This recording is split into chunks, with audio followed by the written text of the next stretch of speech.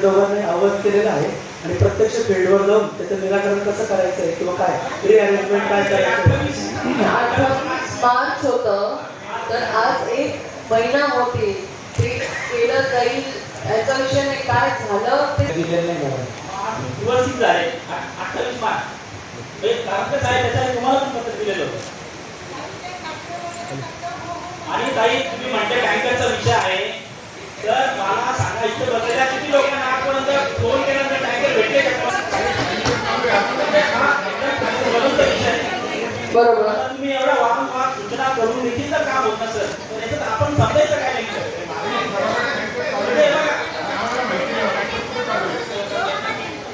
बर एक एक जण बोला.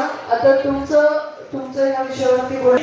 या जे संबंधित कॉन्ट्रॅक्टर जो कोणी व्यक्ती आता त्या आम्हाला काही त्याबद्दल माहिती नाही कोण आहे तो का फोन केला आम्हाला का प्रश्न विचारला हे काय आम्हाला समजलं नाही. याचं उत्तर आम्हाला प्रशासनाने दिलं पाहिजे कारण याच्यात बदनामी व्हायची आमची बदनामी झालेली त्याच्यात. आता काही दोष नसताना मी जागेवर उपलब्ध देखील नव्हत्या त्यावेळी म्हणजे मग याच्यात काय समजायचं म्हणजे हे बघा तुम्ही बोलले तर मला बोलायचं. तुमचा आवाज होता ऑडिओ मध्ये. काम तुझं चालू आहे का काय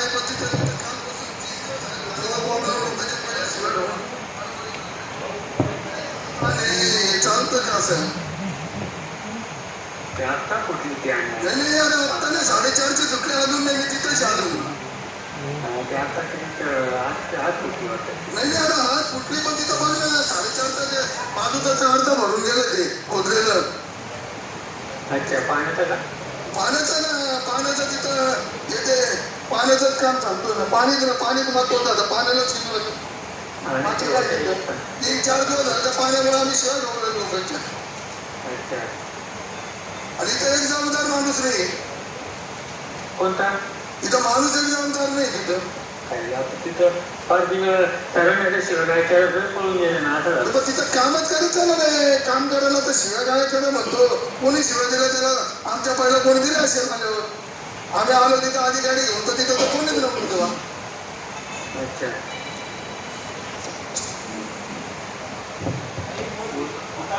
ताई आता पाण्याच्या प्रश्नासाठी आम्ही जायचं नाही का हा सगळ्यात आमचा मूलभूत हक्काचा विषय आहे. हा आमच्या 5 जणांचं नावं आणि जी काय घटना करायची ती घडून गेली त्याच्यावर प्रशासनाने पण सारव झालेली. पण याच्या आमच्या ज्या ठीक आहे ज्यांच्या पेपरला नाव आलं त्यांचं ठीक आहे पण सगळ्यांचं म्हणजे 122 आयुक्त मॅडमला सुद्धा फोन केलेला होता तो त्यांचा कृषी काही झाला नाही. म्हणजे या घटनेची दखल आम्ही जेव्हा आयुक्तांना पण कळवलं होतं तर या अशी घटना झालेली. आणि याच्यात विषय असा आहे का जो कोणाचा फोन आम्हाला आला आहे की संबंधित रेकॉर्डिंग ऐकतो की त्या माणसाचा याबाबत रोल काय या कामाबाबतचा रोल काय ते काय आम्हालाही समजलं नाही. आणि जर मग अशा बाहेरच्या कुठल्याही माणसाचा जर प्रशासन दखल घेत असेल तर आम्ही काय करायचं. मग तुम्ही आम्हाला सांगू द्या का मी कुठल्याही लोकांच्या समस्या मांडायच्या नाही तुम्ही आपलं घरी बसा तर तसंच सांगू द्या म्हणजे आम्ही कुठेही कामाला जाणार नाही. आणि जर काही संबंधित लोकांच्या कंप्लेंट जर आम्हाला आले तर आम्ही आयुक्त मॅडमचा किंवा प्रशासनाला सांगू का तुम्ही सगळ्या सॉल्व्ह करत बसा. आताही की मॅडम प्रभाग 4 मधील आमचा अनुषय नगर समर्थनगर पाण्याच्या प्रश्नाबाबत आमच्या परिसरातील आम्ही तुम्हाला भेटून गेला. आज 15 दिवस झाले 28 तारखेला पत्र दिलं होतं त्याच्यावर आजही देखील ऍक्शन काही घेतली गेली नाही. संबंधित पाणी पुरवठा अधिकारी दारांकर साहेबांनी सांगितलं होतं का अधिकारी येऊन ते चेक करून जातील पण कुठलाही अधिकारी त्या भागात येऊन गेला नाही. असं आता लोक म्हणजे सकाळपासून या समस्या पाण्याच्या असतात गटर काय घेत याचं पण आम्हाला उत्तर भेटलं पाहिजे. काही प्रभागांमध्ये नाहीये 3 प्रभागांना तिथे त्रास होत आहे. त्या विषयावरती तिथे तातडीने आता आपण म्हणलो की मानधनावरती जेई भरण्यात येईल आणि आपले देखील काही इंटरव्ह्यूज संपुष्टात आलेत. ह्या महिना अखेर जे जेई येतील प्राधान्यक्रमावरती ते जेई अशा प्रभागांमध्ये तातडीने त्यांची व्यवस्था करून देणे जेणेकरून पाणी पुरवठा आणि ह्या विभागांमध्ये सुरळीत होतील. कारण सगळेच जण जर फक्त बांधकाम आणि टीपीला जायला लागले तर इथे पाणी आणि ड्रेनेजला कोण उपस्थित राहणार आहे. मी ह्या निमित्तानेच अख्ख्या सभागृहाला हे पण माहिती दिली पाहिजे असं आदेशित करते की सगळ्या अधिकाऱ्यांची यादी पाहिजे जे 3 वर्षापेक्षा जास्त एखाद्या डिपार्टमेंटमध्ये थांबलेले आहेत. आपलं जे बार चार्टचं प्रेझेंटेशन आहे की कुठलं काम कितीपर्यंत झालेलं आहे त्याचं खरं कुंभमेळ्याचं प्रेझेंटेशन हे बांधकाम अधिकारी आणि आयुक्तांना त्याचा ॲक्सेस आहे. त्याची उपलब्धता किंवा त्याची वेळोवेळी महिन्याभरातनं किंवा क्वार्टरली कुठे काम किती सरकलं आहे याची माहिती सभागृहाला देण्यात यावी असं मी आदेशित करते. त्याचबरोबर आत्ता खूप मोठा प्रश्न पाण्यावरती इथे उपस्थित केला गेला होता, ते म्हणजे की आपला पाणी पुरवठा सुरळीत होण्यासाठी तातडीने ज्या काही आपण व्यवस्था करू शकतो त्यामध्ये कॉपर डॅमचा अतिशय चांगला आपला जो मुद्दा आहे तो सुधाकर भाऊंनी इथे प्रस्तुत केला. तर मी प्रशासनाला आदेशित करते की कॉपर डॅम बांधलेलीवरती बसवण्यासाठी तातडीने नियोजन करणे. त्याचबरोबर IND सुद्धा आपण त्यामध्ये टाकावे. गोठ्यांचा प्रश्न समस्त शहरामध्ये आहे, याचा उल्लेख करण्यात आला. मागे त्याची बैठक देखील घेण्यात आली होती मागच्या टर्ममध्ये. त्याच्यामुळे हे सर्व जे गोठे आहेत त्यांना रिसायकल मशीन कंपल्सरी करावे, नाही तर त्यांच्यावरती कारवाई करण्यात येईल. आणि प्रत्येक हे जे मलविसर्जनाचा विभाग आहे गोठ्यांकरता तो डायव्हर्जनमध्ये घेण्यात यावा.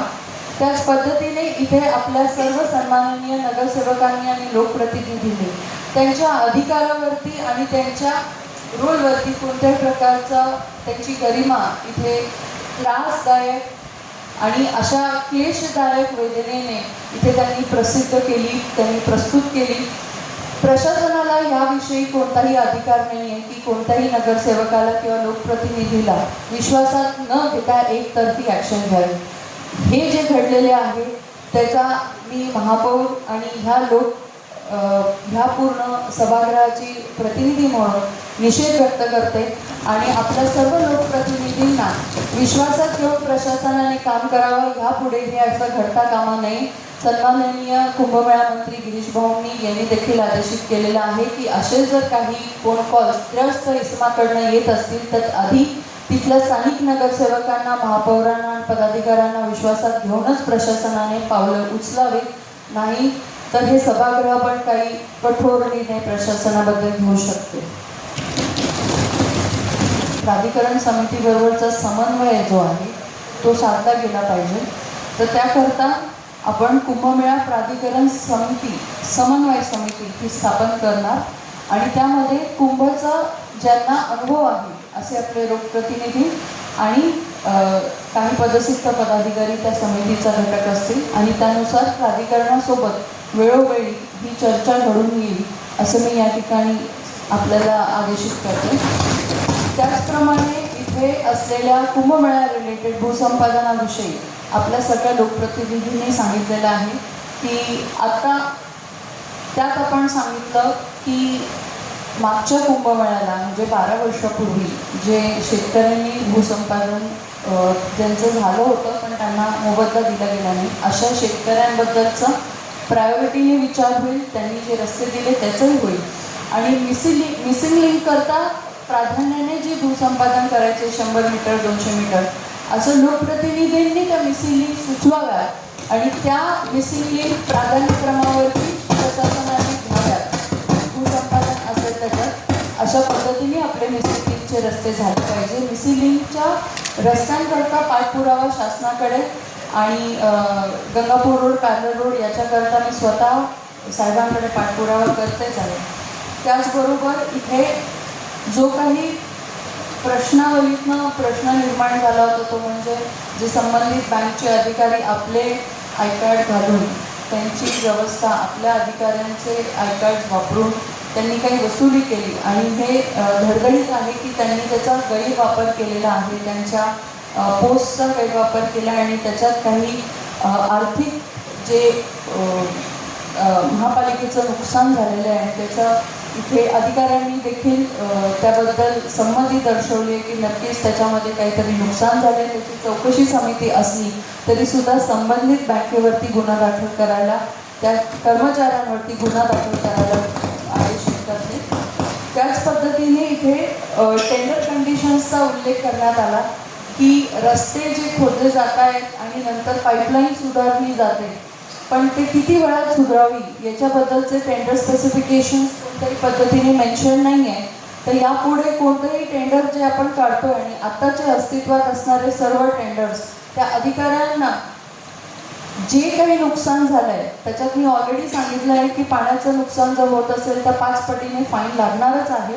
त्याचबरोबर ते काम किती पाईपलाईन फुटले, किती व्यासाची फुटले, त्यानुसार 24 ते 48 तासात ते कंप्लीट करावं याची डेडलाईन त्यांना सांगावी. नाहीतर नाशिककरांना हे जर पाणी उपलब्ध झालं नाही तर त्याच्यावरती आणखीन कठोर कारवाई, नाहीतर त्या कॉन्ट्रॅक्टरला ब्लॅकलिस्ट करण्यात येईल.